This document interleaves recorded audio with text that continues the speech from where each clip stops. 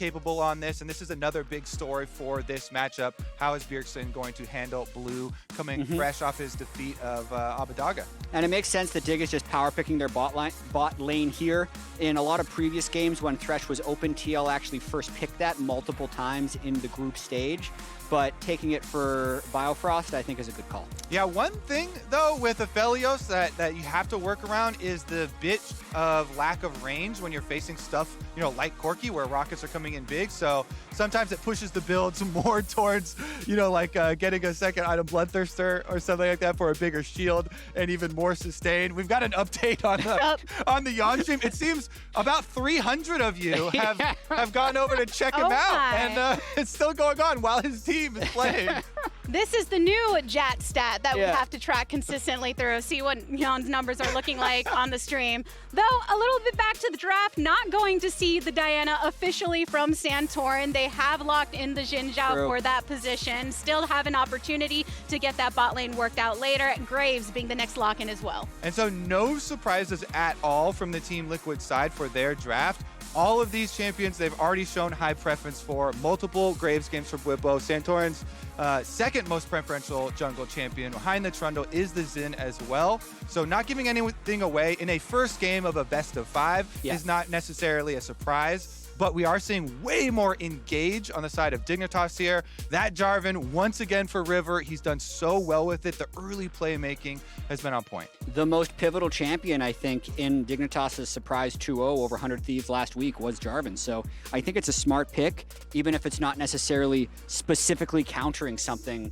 It's just looking like solid champions across the board so far for Dig. Yeah, it's not that great into stuff like Corki, obviously, because Corki Graves can both be mobile enough to get out of the Cataclysm, so those are both actually like pretty good picks against Jarvan. Exactly. So we'll have to see how he makes it work in combination with his own team, because it can be a very good combination with Aphelios Ultimate and trying to group up multiple other players for that. Something to be said about Dignitas sticking with the win conditions that worked with them in their prior series. And as we move on within the draft, the next bans start to come out. Sylas, we haven't actually gotten to see directly in a lot of this play because he is getting taken off the board for a lot of the mid laners galore that have a preference towards that pick.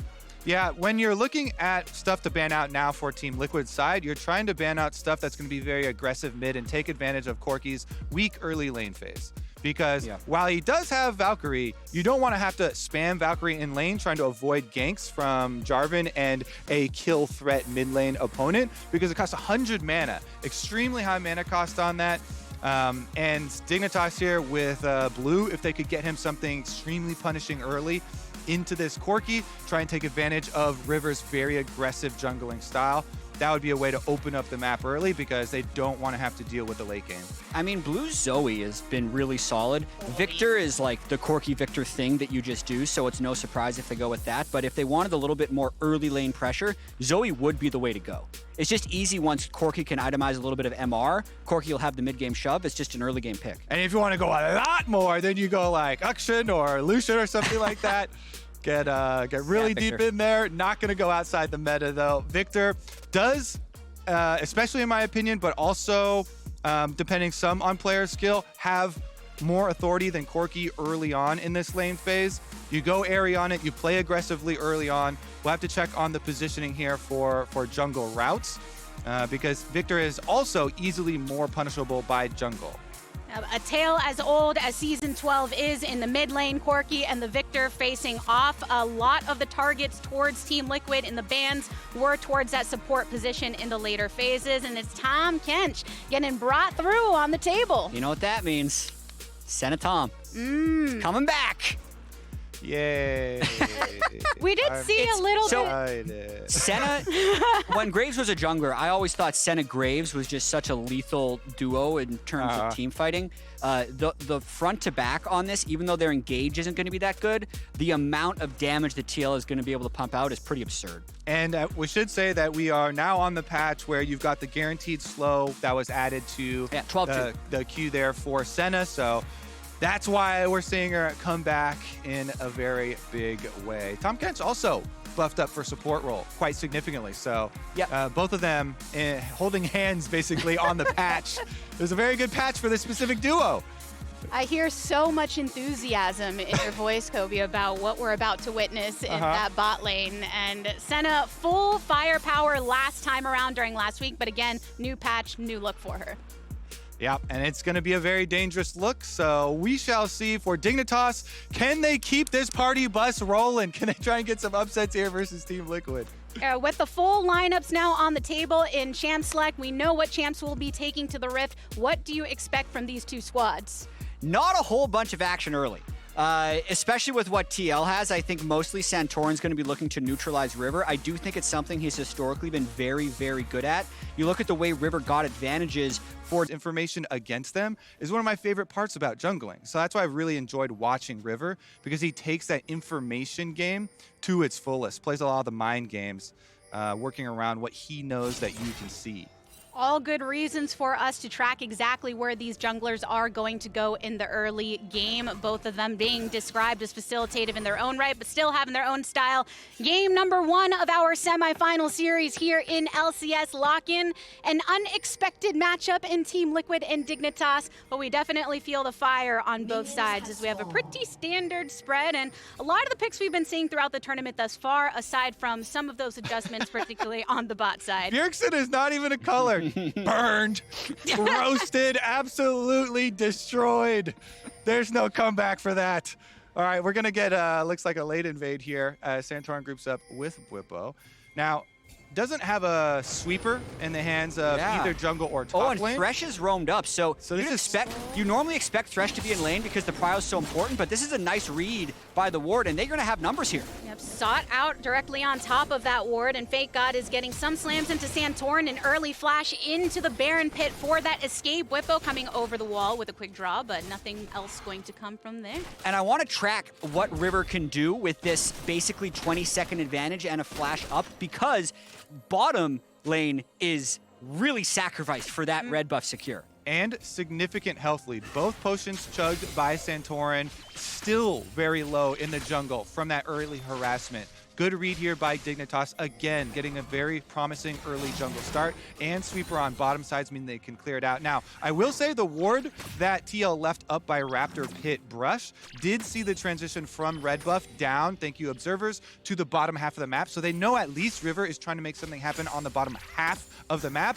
and they question mark ping their own red buff, but he makes his pass. That's a big moment, actually, because based on the fact that the bottom lane put so much time into clearing the vision, you almost expected River to just take red buff, and he had the time to do so, but instead, he was looking to gain a kill for the bottom lane. That didn't pan out, so honestly, I feel like that time gain was actually just lost by River when he went for that gank that wasn't going to pan out because his bottom lane was just level 1.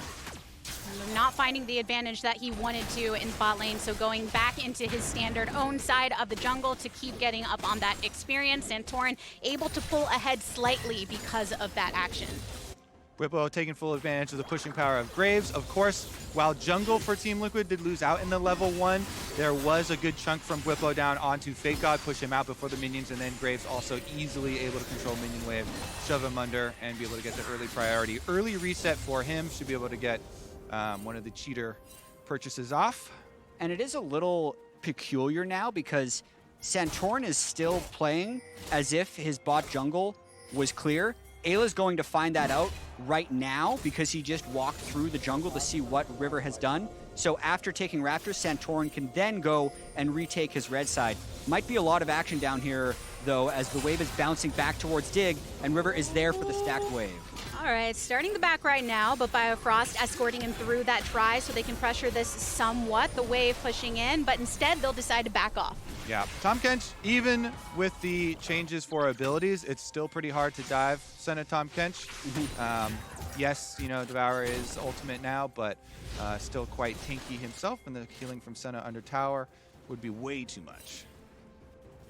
Right, checking back in on the game state. Pretty even over in the mid lane, though, in terms of that farming. Not going to be much action there for some time.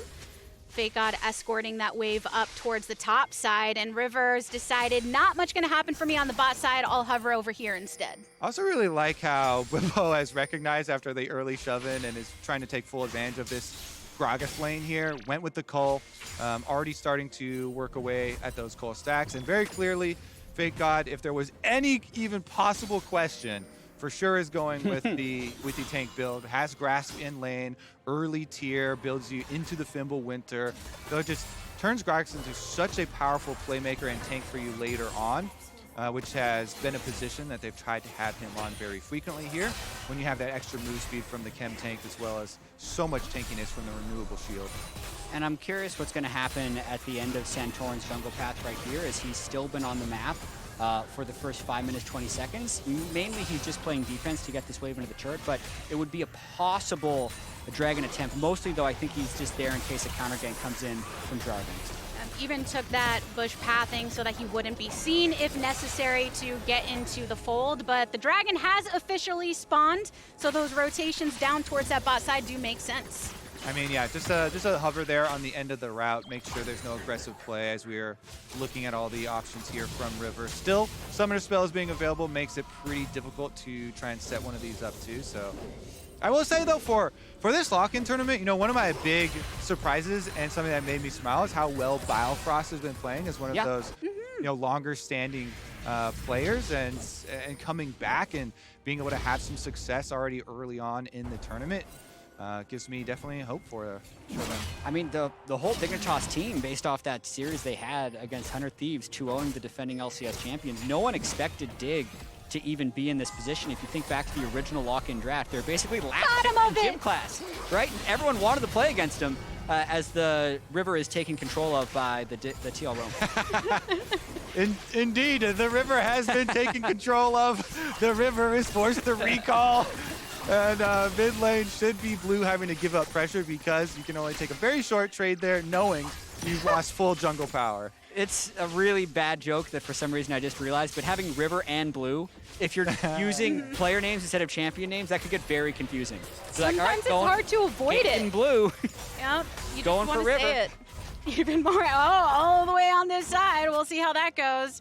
But back over to that support point on Biofrost and how he has been playing, having some of those Enchanter champions early on and now bringing back into the fold some of these engages. The Thresh, for instance, such a high priority, but Eyla having the different pick for him at this point is just an interesting thing to kind of watch up, right? Biofrost coming back from the veteran fold and Eyla really making a name for himself in recent weeks as one of the newfound supports under the learnings and the teachings of Core JJ. Yeah, I mean, I have a lot of really positive things to say about Eyla. He was actually the MVP of the OPL, which was the Pro League over in Australia before it changed in the last couple years. Big gank from River, though. Oh, Bjergsen has to Valkyrie away, so River's just going to reside with blue directly under the turret. No sums lost in this one. Yeah, Corki Viktor so far. Really, River's just trying to give blue a nice recall timing with that gank. Yep, takes the gank, forces the extra mana burn on Valkyrie, but also takes the rocket, doesn't allow the interrupt on the recall, and Team Liquid happy to continue scaling. Their solo laners thriving here, both of them in their lanes, I would say even moisturized and fully fully pushing in both of these solo lanes, Graves and Corki. With the full control means you even could start up Riftfield here for Santorin. Actually, there is no teleport on Bjergsen, so would even be moving in. He does have package, so they know that he can get there very quickly. This is an interesting Herald that's basically taken completely through top lane pressure. A lot of times, if you're going to go for an 8-minute Herald, it's because you have some type of bot lane move as well, but that's just how much Bwipo has control of the top lane. Syncing that up with the timing of the package made it a pretty easy Herald for Santorin. So it's 0-0, but I'd say the early game's going pretty heavily in the favor of TL. Yeah, package is no-brainer to sync up with Herald because 8 minutes is when it spawns. Works out for both of them.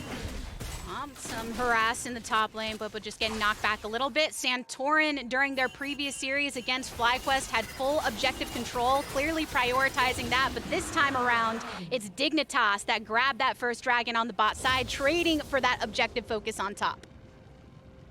Yep, no big surprises here. Meanwhile, continuing to work off this top pressure of Bwipo now farming between turrets.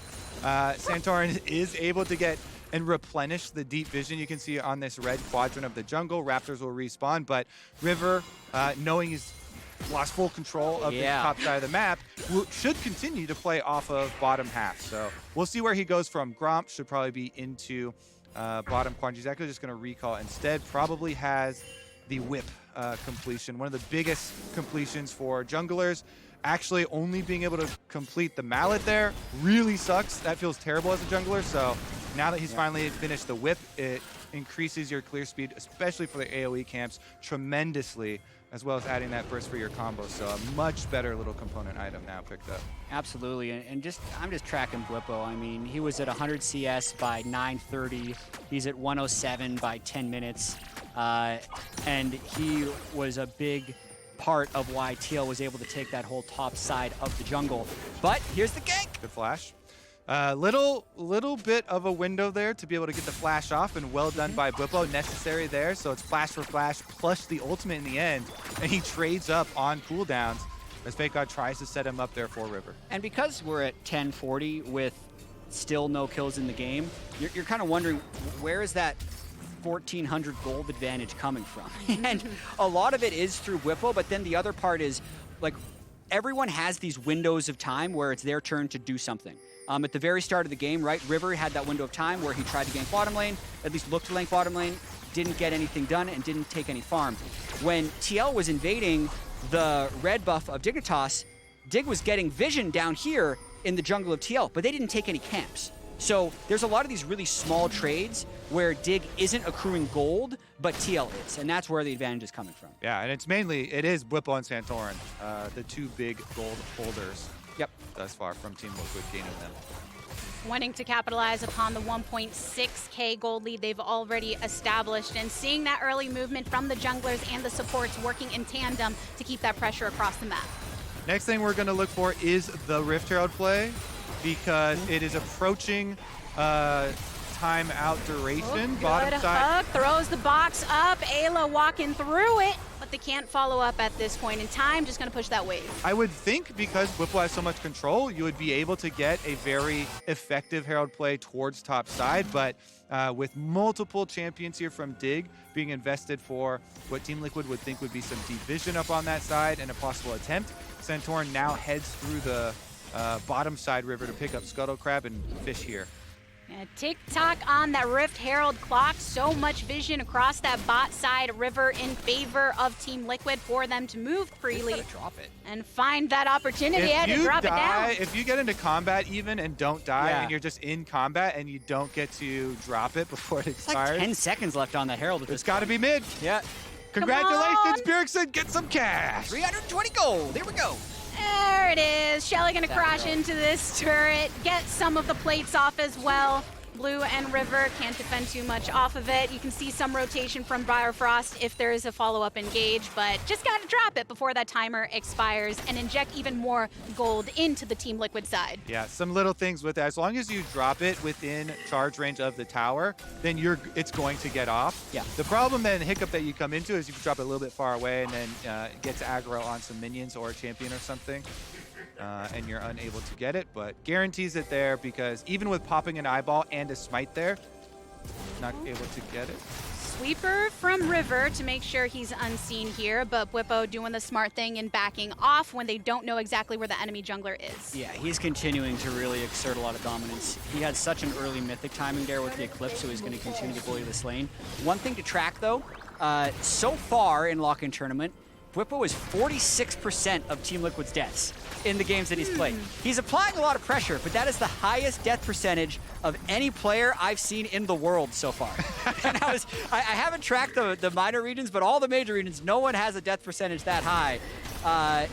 And he's just applying pressure. If they do kill him with this gank, it'll open up Dragon, but he's on a nice edge. He might get a kill, though. Yeah, FakeGod got chunked down. River goes in with a flag and drag. The Cataclysm is up. He drags his life first. Bwipo gets it. 2 killed and a double kill for the Team Liquid top laner. Cataclysm. This is actually Bwipo the Gladiator. Welcome. You're not going to escape with your lives this time around. Senna ultimate from the bottom lane.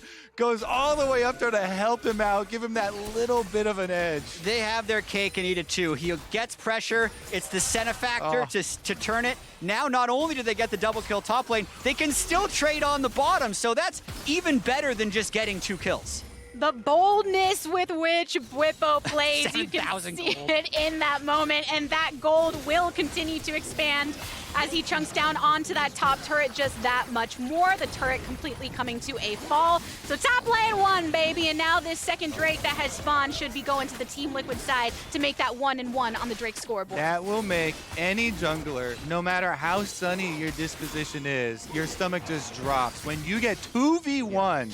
Because as you say, Dad, not only did you just lose your skirmish on the top side and give up 2 kills, but you lose all control of the map because your position is revealed. You've been taken off the map. So it's a sweep here for Team Liquid. They pick up the dragon on the other side. They've got so much to work with. The game is kind of out of hand, too. You could see 2 didn't work, so they thought about sending 3 that time with Viktor spending his roam timing to go to river. But Bwipo backed off, so they're losing even more pressure on the bottom side. Like, I would love to see Bwipo's gold right now because he's got to be 2,000 or 3,000 gold up individually on the Gragas. Watching this play one more time, he's just, with the Eclipse build, it's the Omnivamp will keep him generally healthy the whole lane. So if you go for the gank, you have to have a large amount of burst damage and they have to land all of their spells, which they don't. And then Bwipo uses the Cataclysm for the rebound on his Graves Q and just cleans him up. End of the line. You created your own death zone here.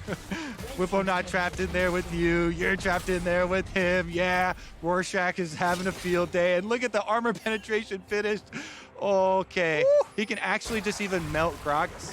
I'm a little surprised he didn't go Collector second, but he'll still be able to go Collector into IE and have this insane 60% crit high armor pen build. Yeah, I mean, Collector would be better against every other champion, so it signals to me that he thinks he's going to keep on fighting FakeGod. Yeah. He wants to keep isolating inside lane. He wants to keep just smashing his advantage over the head of FakeGod and leveraging this one into the dub.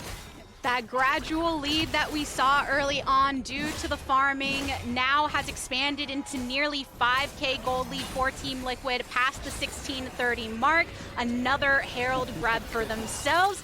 And even down bot, there were lots of waves that were shoved too to make sure that they have those outer turrets in their favor. Neo gonna try and trade for one right now though to get the first Dignitas turret on the board. I think that was a bit of a mistake by Team Liquid not having either Eyla or Santorin there in time to allow Bjergsen to clear the minion wave and stop Neo from taking that turret. Whenever Aphelios can line up White Gun with an isolated turret, that thing disappears. So that's a good chunk of gold that they would have liked to be able to deny from Neo, but they just didn't quite have their recalls synced up at the right moments. And some setup around mid, just trying to establish the vision, controls from both sides around this river side, and because of the way the turrets have flown, we've already seen the teams rotate towards their other portions of the map. Meanwhile, let's return to this Bwipo scenario because he is the story of the big game. boy Bwipo. Yeah. He's got Unleashed Teleport coming off of cooldown extremely shortly, so it will be lined up for the dragon fight, but they're not even waiting for that advantage. Santorin fighting in the river.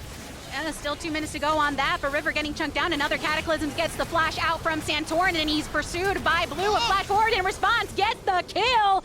That's a good play for Biofrost to get the kill onto Eyla here. 3 down on Team Liquid. Dignitas making a stand. As soon as you start singing their praises, they forget that Bwipo is the one winning this game. Team Liquid was not winning. They take a fight in River erroneously away from Bwipo just before the cooldown that we pointed out on his Unleashed Teleport is available. It was still on cooldown. He could not get there. He's the Fed member. They lose both sides of the fight, Jatt, and another turret goes the way of Dignitas. Dignitas clawing their way back. They just gained 2,000 gold back. Silver linings. Okay. Bwipo did get red. So okay. He'll have that for a couple minutes. Yeah, he'll keep pushing. No, just a huge swing here from Team Dignitas. I mean, it was really 2 fights erupting at once. I think with how far TL was pushed up in mid lane, they kind of assumed they'd be able to have help in River, but the FakeGod roam pushes mid lane back, means TL loses control of River, and it's just a 3-on-3 that started as a 3-on-2 where they end up losing. It's funny because this plays into a community-wide conversation around top lane right now. Guess what? Bwipo just turbo stomps top lane here. But because he is still back in top lane and he's pushing up there with his teleport cooldown not up, FakeGod's like, forget top lane, I'm out of here. I'm going to go with the rest of the team. And Dignitas clawing their way back into it. Yes, it is still a massive gold lead for Team Liquid, But these are the types of things that Dignitas have to look for in this game, leveraging those small windows that they can get a numbers advantage, getting the objective back to.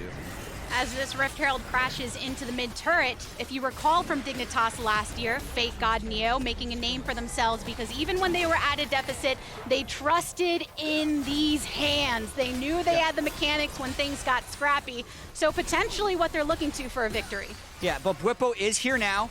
Bjergsen just caught the wave top. They dropped the Herald to open up mid right before Dragon. Fairly textbook in terms of getting the control here, and it looks like Dignitas is just going to give it up. Yeah, and they're making the correct call in both cases here, Dig. Even though Dig in the previous one, big winners, and this one, oh yeah, they're losing an objective, they have no other choice than to lose it, you know? Move Blue up there, try and trade on top side turret. You still are facing a big deficit, and you don't want to fight around Bwipo when they are properly allocating their champions. At least chunking down that deficit somewhat. That was approaching about 5K 5 minutes ago. Now down to 3.4. Still a chunky one, though, for Team Liquid to capitalize upon. And Bwipo, when he's feeling nice and strong, feels A-okay, just pushing this up, chunking down onto FakeGod as well. Yeah, but look at how ridiculous that was. Like, he just took a full rotation from Gragas and then used his spells on the wave, healed the full, and still has permanent pressure in that lane. It takes a family to bring him down right now, because I think if River goes up there again, they still won't have it. So they would need to find a timing to get Blue over there if they want any chance of killing him. Or find an opportunity when that grouping comes later to just take him out of the situation, but that might not come for some time if Team Liquid knows what's good for them in the win conditions that they have issued. Honestly, I don't think you can send people, to go deal with that problem. Gotta ignore you it. have to have, you have to have Blue kill him in the team fight. That's your options, because Graves is going to stack up so much armor with the passive too. Blue's got the best chance of dealing with it later. And trying to burst him and take advantage of the range here from Viktor, the combination there. That will be the hope. And I think Dig have done a pretty good job trying to stop the bleeding and fight their way back in. Yeah, and one thing that was also, from the Dignitas side, surprising about their 100 Thieves victory is the second game was stompy, but the first game was very close. And so much of it felt like River just kind of walking around trying to create action, and miraculously it happened. So they're kind of searching for that over and over again. The Gragas is just leaving Graves whenever he's pushing a wave. They're trying to find timings, and they're hoping the TL oversteps. And that is exactly why in Champ Select we started talking about how Jarvan is not a universally effective pick. Let's take a look here. Hold up, River tried to go in to get some chunk onto Santorin. Throws FakeGod, does belly out of this one. Teleport to bring the full team into the fight. Still a bit of a wave to be cleared up from Team Liquid, though, so no additional engage. Yeah, the engage initially was a whiff from River, right? It was easily repelled by the Senna Tahm Kench, but it did draw the Bwipo TP, so now the next time he moves to a side lane, the move for a potential fight from Dignitas would be better because FakeGod has just gotten TP advantage. Yeah, Blue's teleport also synced up here, so Blue's gonna have to be walking with the rest of Dig. I think, again, he is so important to this team because he's got Shadow Flame, he's got the burst damage with Ludens to be able to deal with this problem. Try and take care of it before too much damage is actually done. It does look, though, with the TP advantage. We'll see how they reassign the lanes when Bwipo comes back out of base. But since Bjergsen still has his, Bjergsen will just move to the bottom lane, since Baron is the main objective they have to worry about, and Bwipo will just kind of sit up top lane and maybe keep that wave in. It's going to be interesting to track, though, because TL, through their team comp, sure, they have a lot of damage, but they need to get their fights by pushing waves and setting up for objectives. Their engage itself is pretty poor. Exactly. That's why Biofrost's positioning has been so important. This Thresh hovering the lanes. Here comes the family. He's dead. 4 people. All right, 4 people can take it down. Mama, Papa, the kids have all arrived. Bwipo flash forward to want to get this onto Blue. The Chaos Storm has dropped to get a lot of damage right outside of the Cataclysm. He falls, and Ganny turns back a bit. Minions too strong, and there's the kill onto the top laner of Team Liquid. Dig is right in this game, getting that 800 extra gold onto Blue. That's really going to power him forward. If he gets to death cap, it makes any of the auto attack based champions, which there are basically 2 to 3, depending on how many missiles Bjergsen wants to fire versus auto attacks, it's going to make it very hard for them to play team fights. So they just found a window as Bjergsen was just on a reset and Bwipo was trying to greed one extra wave. They get that fat bounty. Yeah, simply could not have gone into a better place as well. Blue happily picks it up. Everybody else walks away. Even Neo says, yes, we definitely need that on you. Zhonya's triple item power spike now picked up for Blue. He's got more safety in the fight as well. Dignitas hanging their hopes on this Viktor. A couple of really good mid-game answers in choices for lane allocation have gotten Dignitas within striking distance. Gonna be honest, I don't like the Zhonyas. I want to see like a Lich Bane or a Death Cap. I feel like they have 2.5 frontline with Thresh, Gragas, Jarvan. They really, really need damage to blow through TL, but we'll see if he has a really clutch stopwatch moment in this fight. Looking at the way the mid wave is pushed up though, in 18 seconds until spawn, let's see if there's an objective contest here, because the game plan for TL, even though the gold is only 1,500, they have to kind of get their lead through objectives, and that starts with the waves. While Team Liquid had gotten both of the Rift Heralds prior to get those early turrets, Dignitas has evened up that board. They have started to slowly shrink down this lead between the two because of things like a big old Bwipo bounty that they were able to get prior. And now the Drake is finally up on the bot side. You can see on your map that the Team Liquid members are on it. So officially soul point for them with the Cloud Soul on the way. I will say, I do give increased value to Zhonya's or stopwatches when your team also has Thresh. Okay. Because there's a lot of situations, exactly. You'll get caught out, and then there's a lantern waiting for you as soon as you come out for it. So, but full damage looks better if you don't get caught, if your positioning is pristine. Yeah. Sometimes that extra durability just gives you that confidence to make the outplay in the fights. And that's something that Blue has done before to save the game and can try to do if he's given the advantages. Good control of vision here from Dig around the Baron, forcing Team Liquid. Base check. Hook over the wall onto Bwipo, the knock up, the follow-up. Santorin's in it, activates the ultimate as well. Knock up onto FakeGod too. Santorin getting stunned up in the middle of the action. Bjergsen poking from the outside with the missile barrage. Biofrost throwing a hook over the wall. He also narrowly missing the opportunity to die, and he's feeling pretty good about it. All alive on the Rift. And you can really just see how quickly River had to bail after getting that initial engage onto Team Liquid. The question here is, with how much damage they have in the sustain from Senna, do they want to go for Baron? It actually looks like it might end up being a whole lot of nothing. Not so easy unless you catch Bwipo in a 4v1 scenario to take him down. They have really good Aphelios guns right now in order to do the Baron. TL fishing. A death sentence onto the enemy jungler means that Dignitas feel they have pushed him enough at bay to bring their attention back onto the Baron, but lo and behold, Team Liquid is still on the outskirts. We have the teleport from Bjergsen over on the top side, clearing up in those waves, and that's the disengage right there that you're looking for. Too much of a presence from Team Liquid. It's gonna get more difficult, I have to feel like, too, for Dignitas here. Bjergsen has been scaling extremely well. Has just a CS bounty on his head now. Not even from any kills.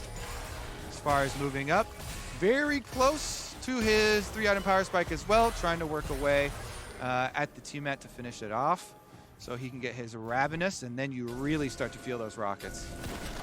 And we talked about Bwipo being the rising hero on Team Liquid side, Blue on the time of Dignitas, but Bjergsen, if he gets to that point to now being able to come into these team fights and really poke down, then that's just so many threats that Dignitas do have to worry about. And right now, they have to focus on these threats because Team Liquid take their chance to start up the Baron. They brought it down to about 60% HP. Bjergsen and Eyla zoning on the outskirts of this pit. FakeGod rotating around. He's got the sweeper up, knows that there's some vision against them. Teleport coming from the jungle side of Blue. Root and more onto FakeGod means he's chunked out of the fight. River also getting a big slap from the Crescent Guard from Santorin here. Team Liquid again able to back off. Huge devour by Eyla there after FakeGod landed a very nice cast onto Bwipo that throws him into Team Dignitas.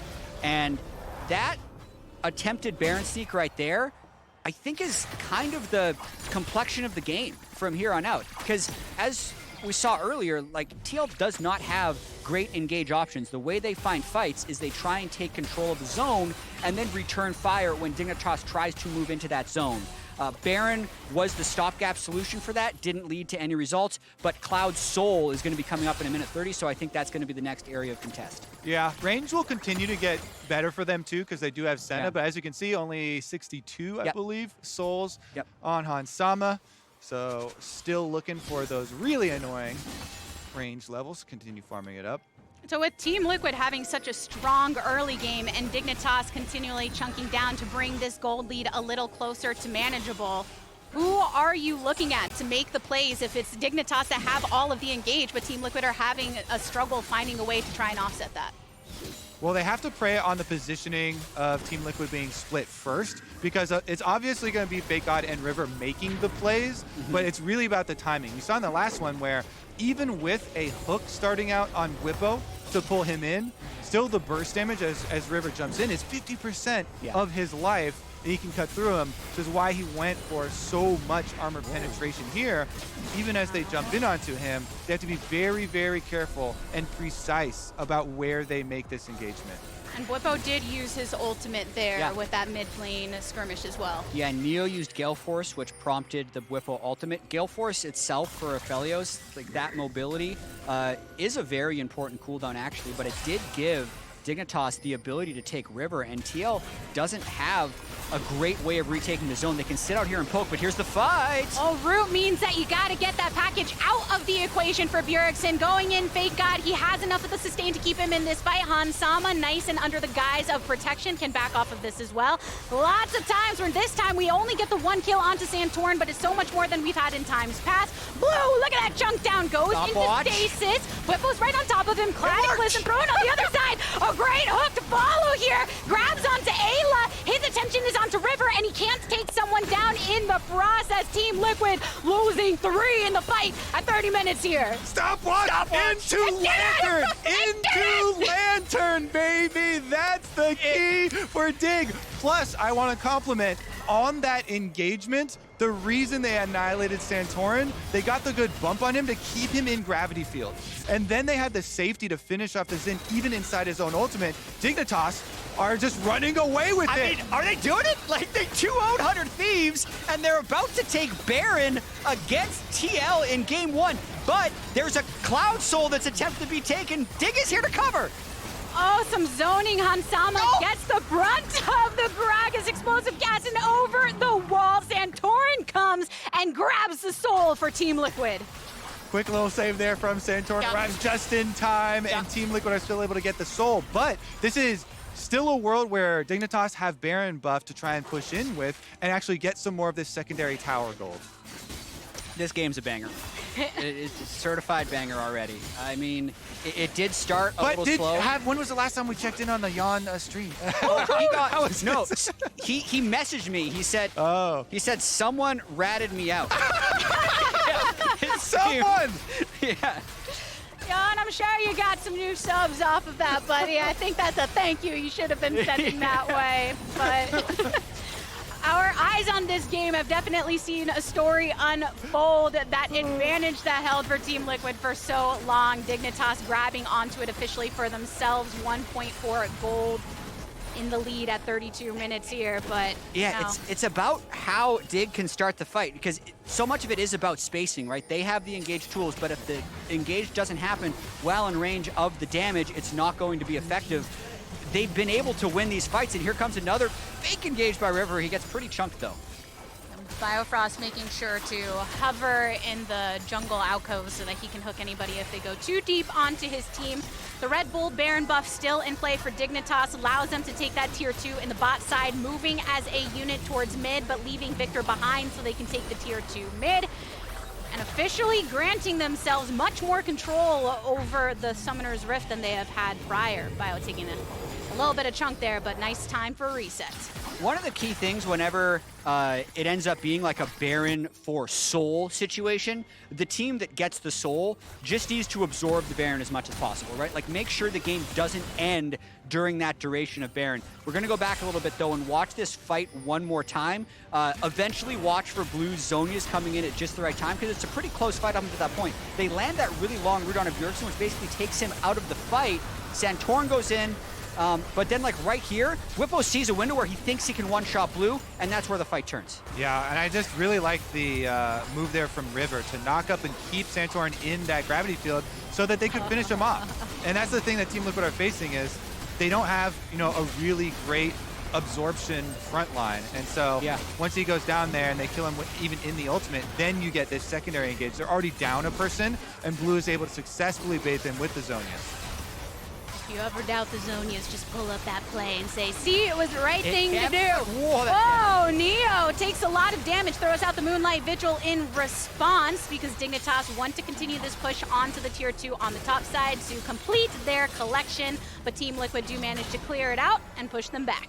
Yeah, I mean, because if you look at these Dignitas carries, how are you actually taking them down in a team fight situation as Team Liquid? Well, you do have some poke, and while Senna's gonna keep on scaling and keep on getting souls, you're not actually going to secure a final kill on that unless the play has been made. So that's what makes me think, especially with Cloud Soul, TL should branch out more into playing the map than to trying to play into those team fights, because already these carries from Dignitas can hit and can do so much damage without a lot of threat on them.